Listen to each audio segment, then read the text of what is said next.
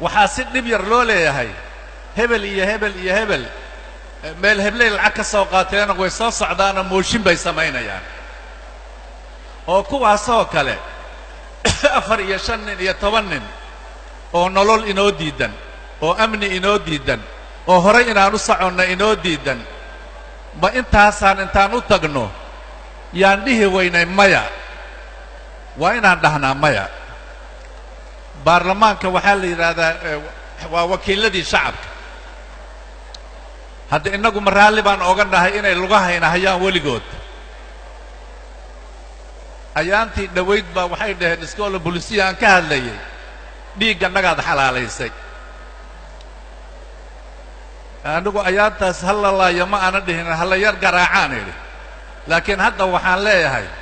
ha laga soo mantajiyo lacagta laaluushka ay soo qaateen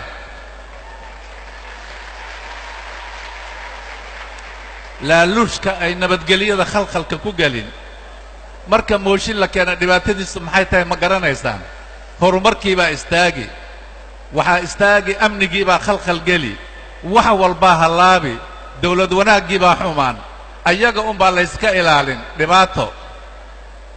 waxaa laga yaabaa inay rabaan lacag in lagu furfuroo la siiyo sidii dhici jirtay madaxweyne farmaajo iyo ra'iisul wasaare xasan cali khayre waxaan leeyahay mooshin 1 shilin ha ku bixinina mooshin shacabka ayaa ku filan